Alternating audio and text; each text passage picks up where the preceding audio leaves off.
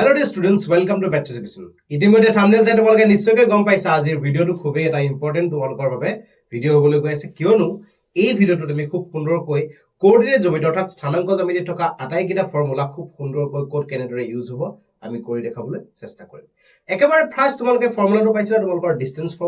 Formula কি কৰে? Distance formula কাম হৈছে যে সিম্পলি চাবা যে a আৰু b আমাৰ বাবে দুটা পইণ্ট আছে। A to আমি কৈছো x1 y1 আৰু b to আমি কৈছো x2 y2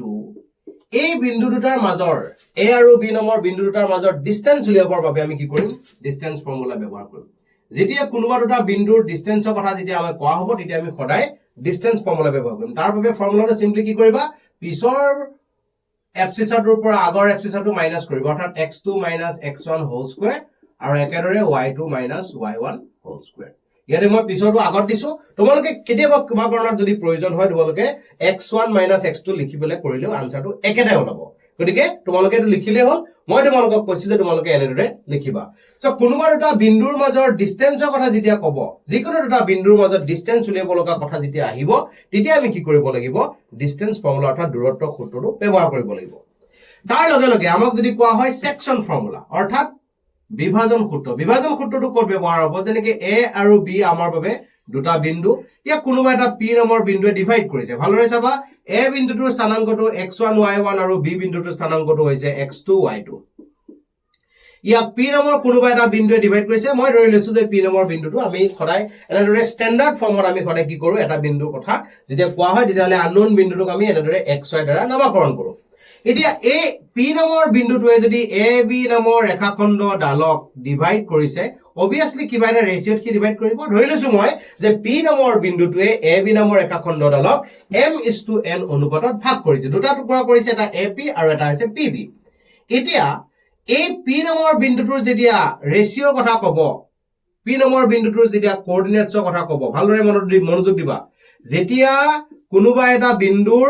স্থানাংকৰ কথা আমাক কোৱেশ্চনটোত সুধিব ম্যাক্সিমাম সময়ত বুলি কৈছো ম্যাক্সিমাম সময়ত তোমালোকৰ বাবে সেকশন ফৰ্মুলা তোমালোকে ব্যৱহাৰ কৰিবা। তোমালোকে চোৱা এই ৰেশিও কথা তোমালোকে কোৱেশ্চনটোত পঢ়ি পেলাই তোমালোকে গম পাব লাগিব তাত তোমালোকক প্ৰথম কথা কি ক'ব এটা স্থানাংকৰ কথা ক'ব পাৰে দ্বিতীয় কথা তোমালোকে আৰু এটা গুৰুত্ব সহকাৰে ল'ব পৰা সেইটো হৈছে এই অনুপাতৰ কথা ক'ব। ম্যাক্সিমাম সময়ত তোমালোকে মই চাবলৈ সহজ কৰি দিছো এটো হৈছে তোমালোকক যে আমাক নিৰ্দিষ্ট কথা কিছুমান ক'ব কৈ পেলাই তাৰ মাজত ক'ব যে অমুকটো বিন্দুৰ স্থানাংক উলিওৱা আমি গম পাই যাম এটো সেকশন ফৰ্মুলা হ'ব লাগিব। তাৰ পিছত তোমালোকে আৰু এটা গুৰুত্ব সহকাৰে চাব পৰা যে অমুক বিন্দুটোৱে ডিভাইড কৰা অনুপাতটো কিমান অনুপাতৰ কথা ক'ব যেতিয়া ৰেশিও কথা ক'ব তেতিয়া তোমালোকে গম পাবা এটো সেকশন ফৰ্মুলাই ব্যৱহাৰ হ'ব। গতিকে এই বিন্দুটোৰ স্থানাংক উলিয়াবৰ বাবে ইজি প্ৰসেসটো তোমালোকক কৈছো কোঅৰ্ডিনেটছ অফ p অৰ্থাৎ মই সিম্পলি ক'ব পাৰো x, y ইকুৱেল কিমান হ'ব বুলি ক'লে মই একদম সহজ টেকনিক এটা লিখি দিছো তোমালোকে গুৰুত্ব সহকাৰে চাবা অনুপাতটো যিমান দি আছে তাৰ প্ৰথম অনুপাতটো লিখিবা ইনটু লিখিবা অলপ স্থান আনিবা এনেদৰে লিখিবা একেটা প্ৰসেস তোমালোকে ৰিপিট কৰা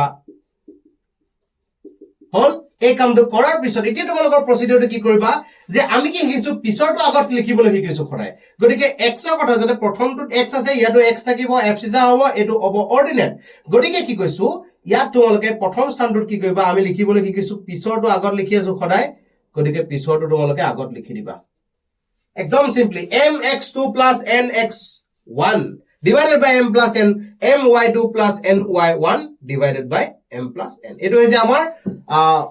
আমাৰ বাবে সেকশন ফৰ্মুলা ব্যৱহাৰ কৰিব কাৰণে এটো ফৰ্মুলা সেকশন ফৰ্মুলাটো এটোকে কোৱা হয় এটো ফাৰ্স্ট ফৰ্মুলা এটো সেকেন্ড ফৰ্মুলা শেষৰ ফৰ্মুলাটো তোমালোকৰ বাবে আছে কেনেকুৱা যে কোনোবা তিনটা বিন্দুৰে গঠিত a b c নামৰ বিন্দু তিনিটাৰে গঠিত এটো হৈছে আমাৰ বাবে এটা ত্ৰিভুজ এটা ট্ৰায়াঙ্গলৰ কথা তোমালোকক ক'ব এটা ট্ৰায়াঙ্গলৰ কথা তোমালোকক কোৱা হ'ব। এতিয়া এই ত্ৰিভুজটোৰ এৰিয়া ভালদৰে মনোযোগ দিবা এৰিয়া কথা ক'ব area of a b c যাক সিম্বল ট্ৰায়াঙ্গল দ্বাৰা দেখুওৱা হয় এইটো যেতিয়া তোমালোকক উলিয়াব দিব কোনোবা এটা ত্ৰিভুজৰ এৰিয়া কথা যেতিয়া তোমালোকৰ বাবে আহিব প্ৰথম কথা তোমালোকে এই ত্ৰিভুজৰ এৰিয়া সূত্ৰটো ব্যৱহাৰ কৰিব চেষ্টা কৰিবা। এতিয়া সূত্ৰটো কি আছিল সূত্ৰটো লিখোতে সদায় মনত ৰাখিবা হাফ এটা আহিব সদায় তাৰ পিছত এনেদৰে এটা চিন আহিব এই চিনটোৰ অৰ্থটো তোমালোকক মই বুজাই দিম ইয়াতে বেলেগ টেকনিক একো ইউজ কৰিব নালাগে x বিলাক বাহিৰত লিখিবা y বিলাক ভিতৰত লিখিবা লিখাৰ টেকনিকটো মনোযোগ দি চাই লোৱা x বিলাক বাহিৰত লিখিবা y বিলাক ভিতৰত লিখিবা এনেদৰে লিখা কমপ্লিট হ'ল লিখা কমপ্লিট হোৱাৰ পিছত এতিয়া প্ৰচিডিউৰটো চাবা আমাৰ বাবে বিন্দুৰ সংখ্যা আছে কেইটা 1 2 3 অৰ্থাৎ 1 ৰ পিছত 2 2 ৰ পিছত 3 3 ৰ পিছত পুনৰ 4 নাপাই পেলাই আমি আকৌ 1 পাম গতিকে চোৱা x কেইটা মাৰ্কিং কৰি লৈছো 1 2 3 তাৰ পিছত 1 ৰ পিছত 2 2 ৰ পিছত 3 2 ৰ পিছত 3 3 ৰ পিছত 1 3 ৰ পিছত 1 তাৰ পিছত আকৌ 2 এইটো হৈছে আমাৰ ফৰ্মুলাটো কিমান হৈছে ফৰ্মুলাটো যে কোনোবা এটা ত্ৰিভুজৰ এৰিয়া উলিয়াবৰ বাবে ডাইৰেক্ট সূত্ৰটো হৈছে হাফ মডুলাস অফ এই চিনটোৰ অৰ্থটো হৈছে মডুলাস ইয়াৰ অৰ্থটো হৈছে যে এটা ত্ৰিভুজৰ এৰিয়া কেতিয়াও নেগেটিভ ওলাব নোৱাৰে যদি কিবা কাৰণত এই ভিতৰৰ কোৱান্টিটিটো নেগেটিভ ওলাই তেতিয়াহলে তোমালোকে কি কৰিবা সেইটো পজিটিভ বনাব পাৰিবা কাৰণ এই চিনটো তোমালোকক দিয়া হৈছে এতিয়া ইয়াতে তোমালোকে এটা গুৰুত্ব সহকাৰে ল'বা যেতিয়া তোমালোকক কোলিনিয়াৰ শব্দটো আহিব অৰ্থাৎ কোলিনিয়াৰ শব্দটো বুজি ল'বা কোলিনিয়াৰ যাক অসমীয়াত কোৱা হয় একৰেখীয় বা একেৰেখীয় বা সমৰেখীয় বিভিন্ন ধৰণৰ শব্দ ব্যৱহাৰ কৰিব পাৰে এই কথাটো কোৱাৰ লগে লগে মনত ৰাখিবা যে ত্ৰিভুজটো যেটো তোমালোকে পাইছা সেই ত্ৰিভুজটোৰ এৰিয়াটো কিমান হ'ব 0 হ'ব অৰ্থাৎ কোনোবা এটা ত্ৰিভুজে গঠন কৰা এৰিয়া 0 কেতিয়া হ'ব পাৰে যেতিয়া ইয়াৰ উন্নতিৰ মানটো 0 হ'ব অৰ্থাৎ উন্নতিৰ মানটো 0 মানে গোটেই তিনিটা বিন্দু একেডাল ৰেখাত পৰি থাকিব গতিকে একেডাল ৰেখাত পৰা কথা যেতিয়া আমাক ক'ব প্ৰথম কথাটো আমি এটো ল'ব পাৰো আমি এই ফৰ্মুলাটোৰ দ্বাৰাও আমি আসলতে কি কৰিব পাৰো এই ফৰ্মুলাটোৰ দ্বাৰা ব্যৱহাৰ কৰিও আমি কৰিব পাৰো কিন্তু এটো যথেষ্ট দীঘল হয় গতিকে তোমালোকে এই ফৰ্মুলাটো ব্যৱহাৰ কৰিবা ইকুৱেল টু 0 কাটি দিবা আৰু যেতিয়া তোমালোকে ইয়াত ইকুৱেল টু 0 পাতিবা তেতিয়া এই মডুলাস চিহ্নডাল ব্যৱহাৰ নকৰি নৰমাল ব্ৰেকেট ব্যৱহাৰ কৰিবা এই কোৱেশ্চনটো তোমালোকৰ কেৰ মান উলিওৱাৰ ক্ষেত্ৰত ব্যৱহাৰ হ'ব কে মান উলিয়াব দিব ক'ব যে এ অফ ইমানে বিন্দুবিলাক যে দিয়া থাকিব এই x1 y1 x2 y2 x3 y3 ইহঁতৰ ভিতৰত কোনোবা এটাৰ মান কে বুলি দিয়া থাকিব আৰু তোমালোকে তাৰ হেল্প লৈ তোমালোকে কি কৰিব লাগে এইখিনি হেল্প লৈ তোমালোকে সেই কে মান উলিয়াব লাগিব খুবেই এটা ইম্পৰ্টেন্ট কোৱেশ্চন গতিকে এইখিনি তোমালোকে কৰিব পাৰিবা এতিয়া ইয়াতে এটা কথা থাকিব যেতিয়া তোমাক ইয়াত কোৱা হ'ব যে এ নামৰ বিন্দুটোৰ পৰা অপোজিট বাহুৰ ওপৰত মধ্যমা এডাল টনা হৈছে মধ্যমা বুলি ক'লে মিডিয়ান বুলি যেতিয়া আমাক ক'ব মনোযোগ দিবা মিডিয়ান বুলি যেতিয়া আমাক ক'ব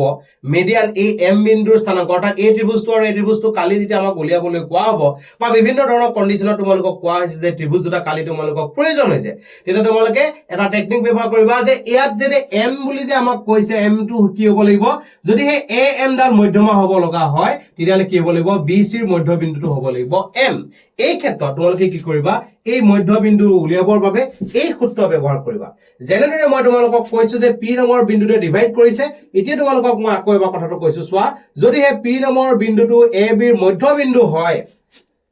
এই পি নম্বৰ বিন্দুটো যদি এ বি ৰ মধ্যবিন্দু হয় অৰ্থাৎ কোনোবা এটা ৰেখাখণ্ডৰ মধ্যবিন্দু উলিয়াবৰ বাবেও আমি সেকশন ফৰ্মুলাটো ব্যৱহাৰ কৰিব পাৰো কেনেদৰে ব্যৱহাৰ কৰিম সেইটো তোমালোকে চাই লোৱা এই পি বিন্দুৰ স্থানাংক এই ক্ষেত্ৰত কিন্তু তোমালোকে একদম ইজিকে উলিয়াব পাৰিবা দুইটাকে প্লাস কৰিবা x1 plus x2 divided by 2 y1 plus y2 divided by 2